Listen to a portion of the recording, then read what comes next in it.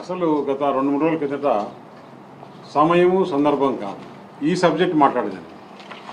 ఎందుకు మరి ఈయన ఇప్పుడు ఈ సబ్జెక్టు మాట్లాడుతున్నాడని ఆలోచన చేసి లోతుగా విచారిస్తే ఆంధ్రప్రదేశ్ రాష్ట్రంలో ఒక సైడ్ వెల్ఫేర్ స్కీమ్స్ కానీ ఇంకొక సైడ్ ఇండస్ట్రియల్గా డెవలప్మెంట్స్ ఎంప్లాయ్మెంట్ ఏదైతే సూపర్ 6 చెప్పారో అవన్నీ కూడా బాగా అమలు జరుగుతున్నాయి. ఈ రాష్ట్రాన్ని ఏ విధంగా డైవర్ట్ చేయాలి, ఏ విధంగా ప్రజల్లో ఒక చర్చకు తీసుకురావాలని ఒక దుర్మార్గపు ఆలోచనతో జగన్మోహన్ రెడ్డి సెల్ఫ్ గోల్ వేసుకున్నారు. ఆయన కుటుంబంలో మా తాతగారు ఏ విధంగా చనిపోయారు, మా నాన్నగారు ఏ విధంగా చనిపోయారు, మా చిన్నాన్నగారు స్వయం కృతాకి దాంట్లో రాజశేఖర రెడ్డి గారు ఏ విధంగా చనిపోయినారనేది మొత్తం యావత్ దేశం అంతా చిన్నపిల్లలు కూడా తెలుసు. ఆ డెడ్ బాడీ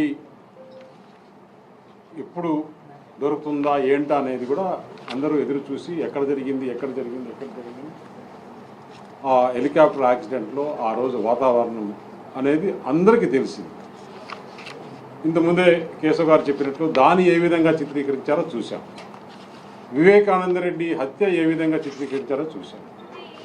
ఈరోజు మీకు సోషల్ మీడియా ఉంది. సోషల్ మీడియాలోనే ఒక క్వశ్చన్ వేసుకోండి.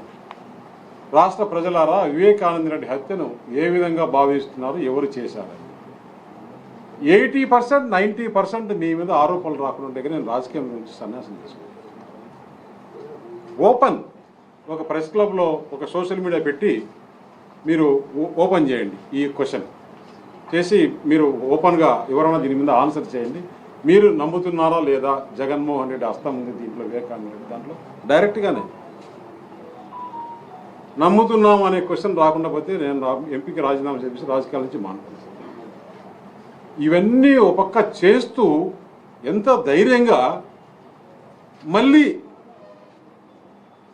ఈ విషయాన్ని తీసుకొని వచ్చి అంటే అతను ఆలోచన ఏంటంటే జగన్మోహన్ రెడ్డి ఒక క్రిమినల్, ఈ గొడ్డలి అనేది బాగా ప్రజల్లోకి పోయింది. దాన్ని డైవర్ట్ చేయడానికి పాపం ఒక శాంతి దూతగా ఆయనే నేను మంచివాడిని, మా కుటుంబం ఇలా చేశారని. అసలు కుటుంబంలో ఈరోజు పరిస్థితి ఏంటి అనేది మనం చూస్తూనే ఉన్నాం.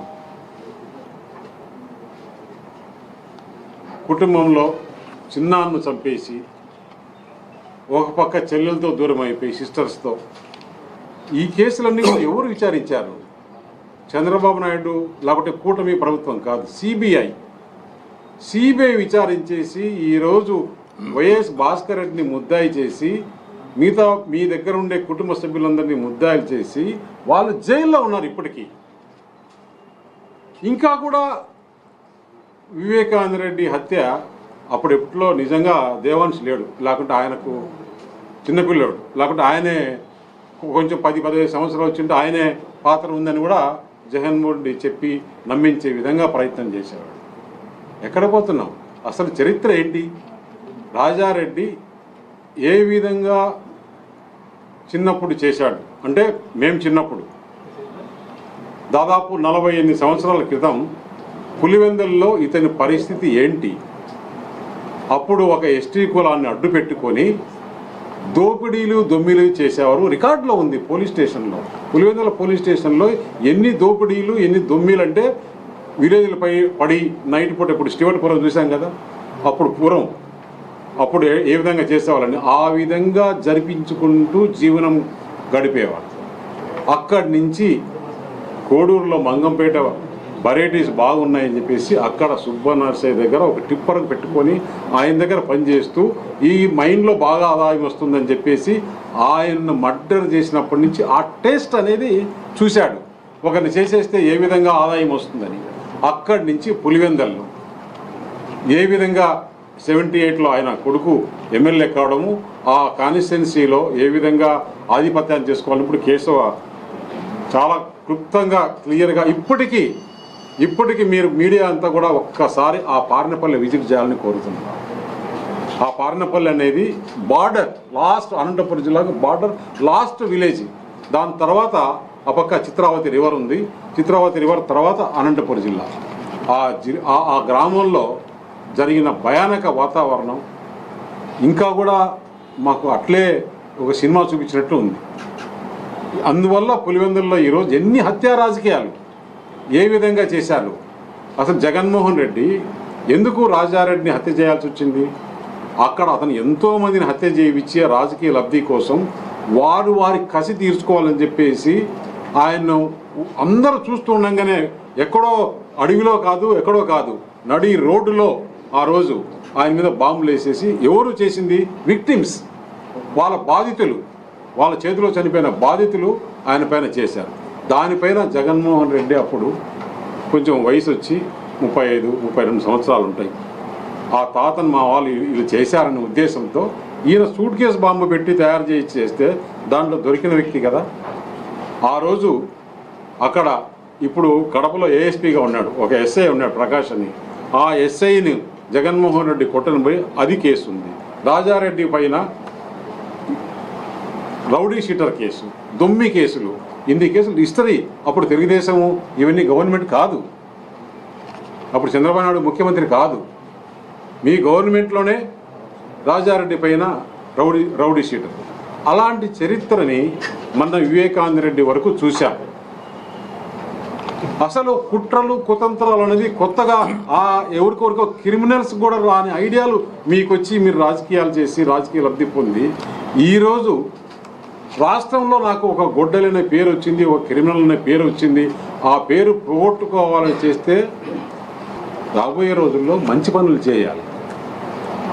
ఇవన్నీ చేసిన వల్ల ఒక్కసారి అవకాశం ఇస్తే ఆంధ్రప్రదేశ్ ప్రజలు 5 సంవత్సరాలు ఎంత నరకయాతన పడి ఈరోజు మిమ్మల్ని 11 సీట్లకు తెచ్చేస్తే దాన్ని ఏ విధంగా నేను మంచి పేరు తెచ్చుకోవాలని ఆలోచన చేయకుండా ఇంకా కూడా ఇలాంటి రాజకీయాలు చేస్తే ఆంధ్రప్రదేశ్ ప్రజలు ఇప్పుడుండే సోషల్ మీడియా ఇప్పుడుండే యువతకు ఇవన్నీ నచ్చవు.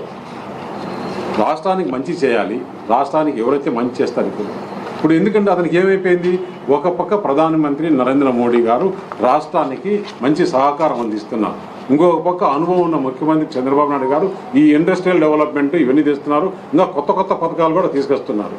దానికి యువతగా తోడుగా పవన్ కళ్యాణ్ గారు ఉన్నారు. ఈ రాష్ట్రంలో ఏమి చేయాలి, మనకి ఈ విధంగా ఎట్లా మచ్చ పోగొట్టుకోవాలనే ఉద్దేశంతో తన సెల్ఫ్ గోల్ తానే వేసుకున్నాడు. ఈ రాష్ట్ర ప్రజలు ఒక్కసారి గత 5 సంవత్సరాలు చూసిన జగన్మోహన్ రెడ్డిని ఇప్పటికి కాదు ఎప్పటికి కూడా ఈ కూటమి ప్రభుత్వం ఉన్నంత వరకు నువ్వు మళ్ళీ కూడా ఆలోచన చేసుకోవాల్సిన అవసరం కూడా లేదని తెలియజేస్తుంది. సార్ ఇప్పుడు ఋషికొండ ప్యాలెస్ గురించి కూడా మాట్లాడారు. యోగా డే కోసం 200 కోట్ల రూపాయల పైన ఖర్చు పెట్టి వృధా చేశారు.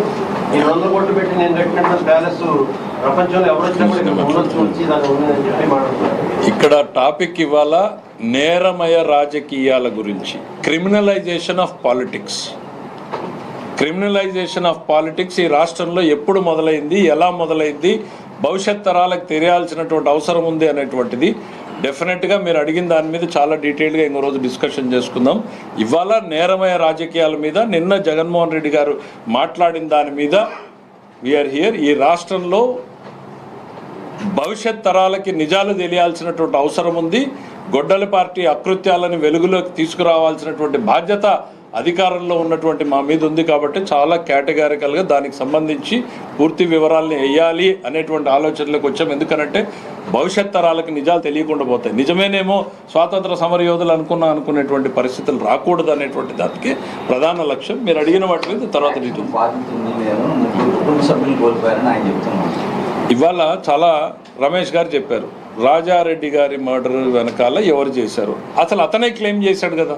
పార్థసారథి రెడ్డి గారు ఎవరైతే ఉన్నారో ఆయన వచ్చి చెప్పుకున్నాడు కదా, నన్ను ఒక అడ్వకేట్ని కోర్టు నుంచి బయటకు వస్తూ ఉంటే ఎంత పాశవికంగా దాడి చేసి చచ్చిపోయాడు అనుకుని వదిలేసిపోతే భగవంతుడు నన్ను బతికిచ్చాడు, నా వర్గీయులు ఎవరో చేశారు. ఇప్పుడు ఆ రోజున్న ఫ్యాక్షన్ రాజకీయంలో ఒకటి ఎప్పుడు కూడా హిస్టరీలో ఒకటి ఉంది, those who live by sword die by sword అని. కత్తి పట్టుకున్నవాడు కత్తితోనే పోతాడు. రాజారెడ్డి మర్డర్ అనేది ఎక్కడో రూమ్లోనో లేకపోతే ఇంకొకటి ఎక్కడో జరగల, అడవిలో జరగల, నడి రోడ్డులో ఒక మండల హెడ్ క్వార్టర్స్లో నడి రోడ్డులో పట్ట పగలు అందరూ చూస్తుండగానే ఆయన చంపేసింది ఎవరనేది